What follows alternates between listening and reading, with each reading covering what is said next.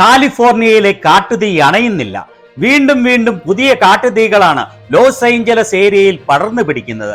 22-ാം തീയതി ബുധനാഴ്ച 10,000-കണക്കിന് ഏക്കർ കത്തി നശിപ്പിച്ചുകൊണ്ട് 2 പുതിയ കാട്ടുതീകളാണ് വീണ്ടും പടർന്നു പിടിച്ചത്.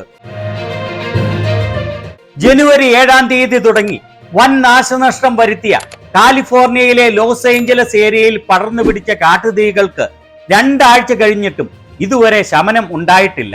ഏതാണ്ട് 255 കാട്ടുതീകളാണ് ഈ ദിവസങ്ങളിൽ ലോസ് ഏഞ്ചലസിലെ പാലിസൈഡ്സ് ഈറ്റൻ ഏരിയകൾ വിഴുങ്ങിയത്.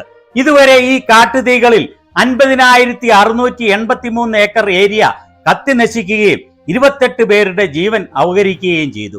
16,188 കെട്ടിടങ്ങളാണ് ഇവിടെ കത്തി നശിച്ചത്. ഈ ബുധനാഴ്ച നോർത്തേൺ ലോസ് ഏഞ്ചലസ് കൗണ്ടിയിലെ കാസ്റ്റക് തടാകത്തിന് സമീപമായി ആരംഭിച്ച ഹ്യൂസ് ഫയർ ഇതുവരെ 10,000-ലധികം ഏക്കർ സ്ഥലമാണ് കത്തി നശിപ്പിച്ചത്.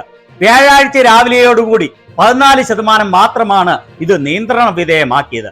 കനത്ത കാറ്റും വരണ്ട കാലാവസ്ഥയും ഈ കാട്ടുതീ വേഗത്തിൽ പടർന്നു വ്യാപിക്കുന്നതിന് കാരണമായി. ഈ ചുറ്റുവട്ടത്തുള്ള 31,000-ഓളം ആളുകളോട് പ്രദേശം വിട്ടുപോകാനുള്ള ഇവാക്വേഷൻ ഓർഡർ നൽകി കഴിഞ്ഞു. അതുപോലെ മറ്റ് 23,000 ആളുകളോട് ഇവാക്വേഷനു തയ്യാറായിരുന്നോളൂ എന്നുള്ള മുന്നറിയിപ്പ് നൽകിയിട്ടുണ്ട്.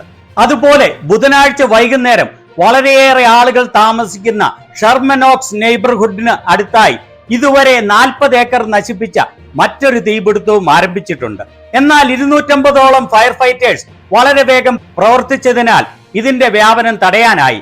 ഇതുവരെയുള്ള വലിയ തീപിടുത്തങ്ങൾ എത്രത്തോളം നിയന്ത്രണ വിധേയമാക്കി എന്ന് കാണാം.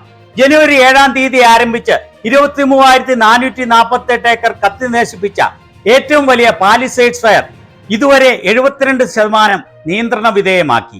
7-ാം തീയതി തന്നെ ആരംഭിച്ച രണ്ടാമത്തെ വലിയ നാശനഷ്ടം വരുത്തിയ 14,021 ഏക്കർ നശിപ്പിച്ച ഈറ്റൻ ഫയർ 95% നിയന്ത്രണ വിധേയമാക്കി. അതായത് ഇത് ഏതാണ്ട് പൂർണ്ണമായി നിയന്ത്രണ വിധേയമാക്കി എന്ന് കരുതാം.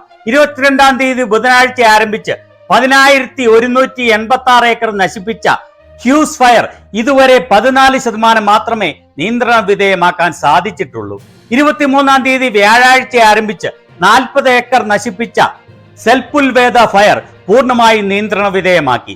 21-ാം തീയതി ചൊവ്വാഴ്ച ആരംഭിച്ച് 39 ഏക്കർ നശിപ്പിച്ച ക്ലേ ഫയർ 70% നിയന്ത്രണ വിധേയമാക്കി. അങ്ങനെ കാലിഫോർണിയയിലെ കാട്ടുതീകൾക്ക് ഇതുവരെ പൂർണ്ണ ശമനം ആയിട്ടില്ല.